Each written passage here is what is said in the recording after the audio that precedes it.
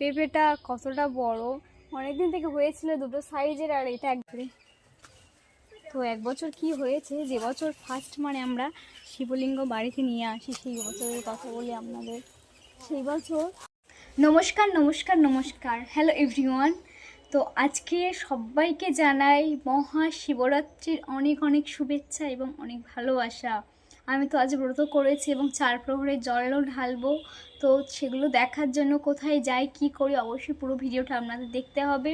এবং আজকের দিনটা খুবই বিশেষ, আজকের ফার্স্ট আমাদের মানে এই যে প্রেম করে বিয়ে করা বলো বা ভালোবেসে বিয়ে করা বলো, ফার্স্ট আমাদের শিব আর মাতা পার্বতী করেছিলেন। তো একটা অন্যরকম এক্সাইটমেন্ট, অন্যরকম একটা ভালোবাসা এই জিনিসটার প্রতি, অন্যরকম যেন একটা ফিলিংস আসে যে আজকের দিনটায় ওনারা বিবাহ করেছিলেন। কত একটা আনন্দর দিন এই দিনটা। তা অবশ্যই কেমনভাবে উদযাপন করছে আপনারা সাথে থাকবেন, এবং আপনারা কিভাবে উদযাপন করছেন তাও অবশ্যই কমেন্ট করে জানাবেন। এবং আজ ফার্স্ট আমার কাজ হচ্ছে স্নান করে আসতে হবে, তারপর আমি পুজোর যেগুলো নেব সেগুলো আয়োজন করতে হবে। চলুন আগে আমি স্নানটা করে আসি, তারপরে আপনাদের সাথে কথা হচ্ছে। বন্ধুরা, আমি স্নান করে রেডি হয়ে নিয়েছি, পরিষ্কার পোশাক পরে। তো যাওয়ার সময় ড্রেসটা চেঞ্জ করে নেব তখন। আর আমি এখন এই যে বেল পাতা তুলে নিয়ে এসেছি, এগুলো ভালো করে সব ছাড়াবো, যেগুলো ভালো ভালো দেখে নেব পরিষ্কার। তারপর বেলপাতাটা ভালো করে ধুয়ে নেব এবং নেওয়ার পর তারপর ফুল তুলতে যাব। আপনারা কে কোথায় যাচ্ছেন ঠাকুরের পুজো দিতে অবশ্যই বলবেন কিন্তু।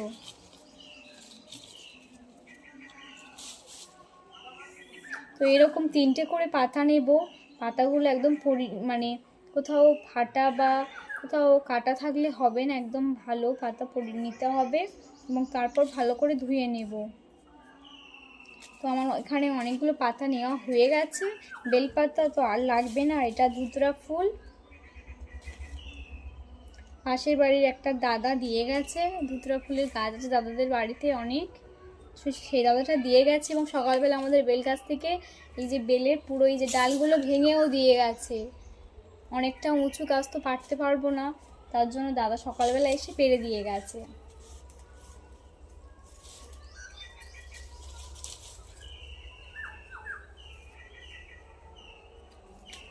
এই শিবরাত্রির বারে বেলপাতাটা একটু মানে অপরিষ্কার থাকে বা মানে শুকিয়ে শুকিয়ে মতন যায়।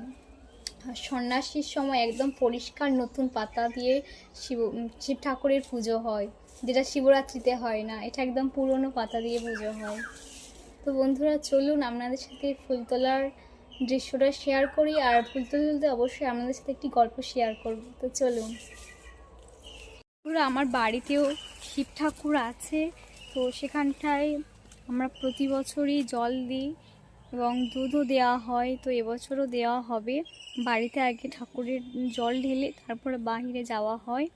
তো তার জন্য তো বাড়ির চারিদিকে প্রচুর পরিমাণে ফুল হয়েছে, ফুলগুলো তুলব, পুরো ঠাকুরঘরটা ভালো করে সাজাবো, আর তারপর কোথাও যেতে আগে ঘরের ঠাকুরের পুজো দিই ভালো করে। তো এক বছর কি হয়েছে, যে বছর ফার্স্ট মানে আমরা শিবলিঙ্গ বাড়িতে নিয়ে আসি সেই বছরের কথা বলি আপনাদের। সেই বছর শিবলিঙ্গে আমরা গাঁজা দেওয়া হয়নি, এমনি জল ঢেলে চলে গেছিলাম। তো সেই তারপরে ঠাকুর দেখি না পরের দিনকে, মানে যেদিনকে গিয়েছি সকালবেলা ফিরেছি, তো এবার সারা রাত থাকার পর ঠাকুর দেখি না উল্টে পড়ে আছে, ঠাকুর ঘর পুরো একদম মানে তছনছ হয়ে গেছে, যেখানে যেটা থাকার দরকার সেখানে সেটা নেই, আর এরকম ব্যাপার হয়ে গেছে। তো তারপরে থেকে আমরা কি করি, প্রতি বছর এবার যখন যাই ঠাকুরের কাছে গাঁজা দিয়ে গিয়েছিলাম, তারপর থেকেই ঠিকঠাক হয়েছিল। তো আগের বছর তো আমার ব্রত হয়নি, তার কারণ হচ্ছে আগের বছর আমার কলেজের এক্সাম চলছিল, আর সেই সময় আমার শরীর অসুস্থ হয়ে গেছিলো। অসুস্থ বলতে আমার হাম হয়েছিল, তো কোনো দিন হয়নি এরকম, ফার্স্ট বছর ওটা হয়েছিল আগের বছর। তো জানতামই না, তাই সমেত পরীক্ষা দিতে গেছিলাম এবং খুব কষ্ট হয়েছিল। জানতাম না তো যে হাম হলে কি হয়, কি মানে নিয়ম কি, এরকম ব্যাপারটা জানতাম না, যে কিভাবে বার হয়, কি করে বুঝবো এই জিনিসগুলো। তো তার জন্য শরীরে এত যন্ত্রণা থেকে শুরু করে মানে ঘামাচি যেমন হলে গলা থেকে মুখটুক ভর্তি হয়ে ফুলে যায়, সেরকম পুরো হয়ে গেছিলো একদম।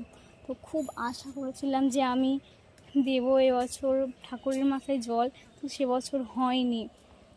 আর শিবরাত্রির কথা ছাড়লাম, তারপর থেকে তো মানে কি যন্ত্রণা, এত যন্ত্রণা, গা হাত পা ব্যথা, সহ্য করা যায় না এরকম। অসুবিধাও হয়ে গেছিলো, এইরকম ব্যাপার, গলা ফলা ব্যথা হয়ে গিয়ে পুরো ধরে গেছিলো, একদম কথা বলতে পারছিলাম না, এরকম হয়ে গেছিলো। লাফ কেটে পারতে হবে অনেকটা উঁচুতে ফুল।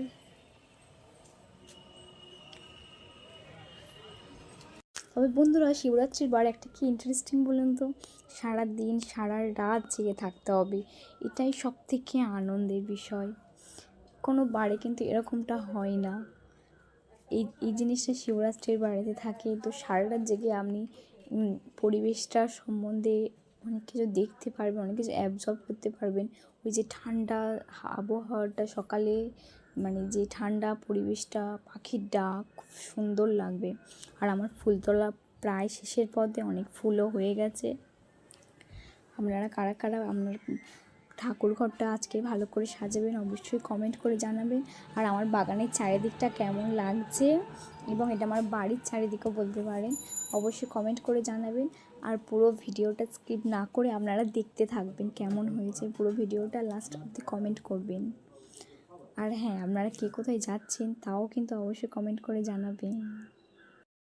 আমার কাছে বেলপাতার অনেক ডাল ছিল, তো পাশের বাড়ি একটা বৌদি বার করেছে, তিনি চাইলেন, তাকেও দিয়ে দিয়েছে। আর এই একটা এক্সট্রা ডাল আছে, এই ডালটা ফেলে দিতে যাচ্ছি। চলুন আপনাদের বেলপাতা গাছটা, বেলের গাছটা দেখায়। আমাদের গাছটা অনেকটা বড়, আর তবে এটা কদবেল নয়, আটা বেলের গাছ। আর কদবেলের গাছের পাতা পুজোতে লাগে না, আটা বেলের গাছের পাতা পুজোতে লাগে। তো দেখুন বন্ধুরা কত বড়, আর এর ডাল তো পুরোনো যাবে না, তার জন্য আমি গাছের গোড়ায় দিয়ে যেতে এসেছি। এই হচ্ছে বেল গাছের গোড়া, কতটা বড় দেখুন, এই যে দেখুন কতটা বড়, এই যে বেল হয়ে আছে। এই গাছটা আগে আরও বড় ছিল, আমফানে এই ডাল ভেঙে গেছে, এই যে সাইড থেকে ডাল ছিল এখান থেকে ভেঙে গেছে।